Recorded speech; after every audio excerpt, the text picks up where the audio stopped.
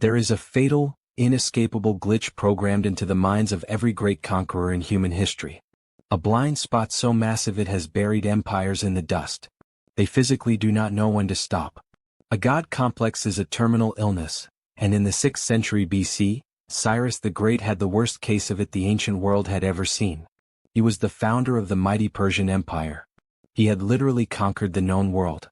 The great untouchable powers of Babylon, Lydia, and Media, they all knelt broken before his golden throne. He had wealth that would make modern billionaires look like peasants. He had armies so vast the earth supposedly shook when they marched. He was called the King of Kings. But for a man who owns the world, the only thing that matters is the one piece of dirt he doesn't have. Cyrus turned his greedy eyes northward. He looked past the edges of civilization, toward the harsh, unforgiving, and desolate steppes of Central Asia. He wanted to subjugate a confederation of nomadic warriors known as the Masashte. He expected this to be yet another easy conquest. A simple footnote in his glorious reign. He expected unorganized, undisciplined savages who would scatter in terror the moment they saw the sun gleaming off the armor of his legendary Persian immortals. Instead, he found a wasteland that bred hard, unbreakable people. And leading them was a queen named Tomyris. She was about to teach the king of the world a permanent lesson in grief. Before we get to the trap that doomed an empire, if you are fascinated by the dark, cynical reality of history, where arrogance always meets a brutal end, take a second to hit the subscribe button and turn on notifications. Liking the video helps us bring you more stories of empires crumbling under their own weight. We dive into the gritty truth of the past every single week.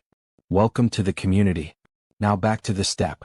Tomyris was not a politician sitting comfortably behind high stone walls. She was a battle-hardened ruler leading a people who practically lived, slept, and fought in the saddle. When Cyrus approached her borders with his massive invasion force, she didn't panic. She offered him a brutally simple, reasonable peace. She sent an envoy across the dust with a clear message. Rule your own people and endure the sight of me ruling mine. It was a fair warning. Stay in your lane and we all get to live. But a man who thinks he is a god cannot stand the idea of boundaries. Cyrus arrogantly ignored the warning. He crossed the river into her territory. However, despite his massive numerical advantage, Cyrus didn't meet her in honorable, open combat.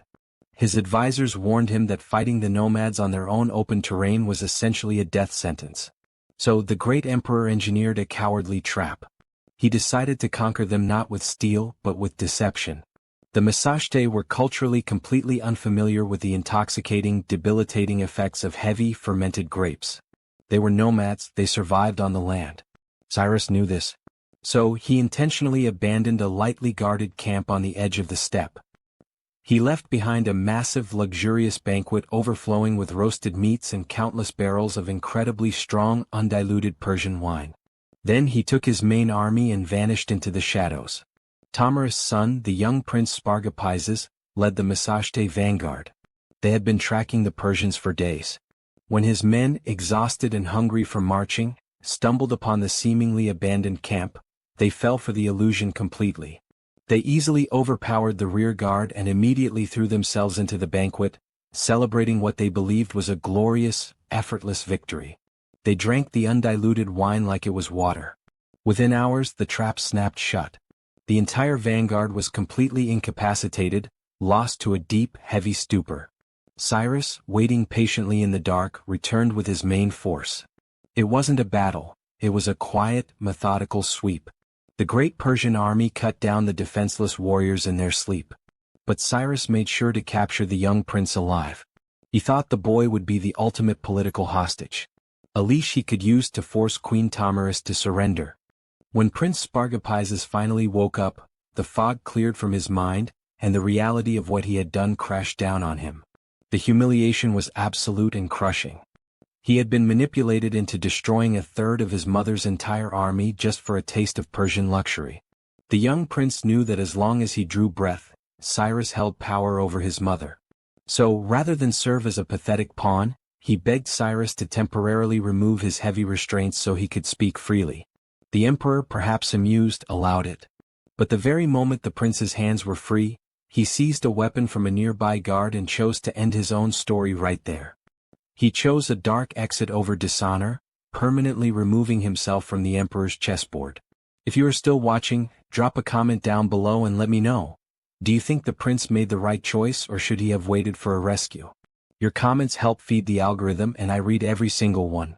When the horrific news of the prince's fate finally reached Tomyris' camp, something shifted in the atmosphere. Cyrus likely expected her to surrender, broken by the loss of her child. He completely miscalculated. Her grief did not break her spirit. It crystallized into a terrifying, singular, psychopathic focus. She didn't mourn in a tent. She weaponized her heartbreak. She sent one final chilling message to the Persian emperor. A promise spoken to the heavens. You have destroyed my son by treachery. But I swear to you by the sun, the Lord of the Masashte, that I will give you your fill. The two massive forces finally met on an open, dusty plain. Ancient historians described what followed as the most violent, savage and uncompromising clash ever witnessed by the ancient world. They fought at terrifyingly close quarters for hours. Neither side was willing to yield a single inch of ground. But there was a fundamental difference in their motivations. The Persian immortals were fighting for a king's ego. The Masashte were fighting for absolute vengeance, driven forward by the relentless, screaming fury of a grieving mother.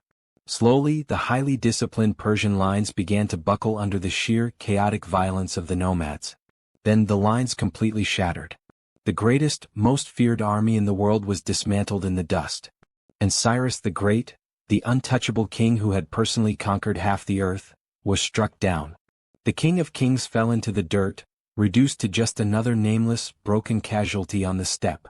But simple defeat was nowhere near enough for Tomyris. The battle was over, but her promise remained unfulfilled. She ordered her surviving men to scour the silent, ruined battlefield and find the emperor's body. When they finally dragged what remained of Cyrus before her boots, she did not offer him the traditional respect of a fallen king. There were no royal rites. There was only the cold, mechanical execution of her oath. Tomyris had explicitly prepared a large leather wineskin. She ordered it filled to the absolute brim with the grim, unthinkable toll of the battlefield, the very essence of the vanquished Persian army. With a cold, dead, unblinking stare, she took the ruined remains of the great emperor and plunged him deep into the sack. Looking down at the dark, dripping legacy of the man who thought he could rule the world, she whispered her final verdict to history. I live and I have conquered you in battle. Yet you destroyed my life by taking my son with guile. Now, exactly as I promised, I give you your fill. It remains a brutally poetic, highly visual reminder from the ancient world. It doesn't matter how vast your empire is. It doesn't matter how golden your crown shines, or how many armies march at your command.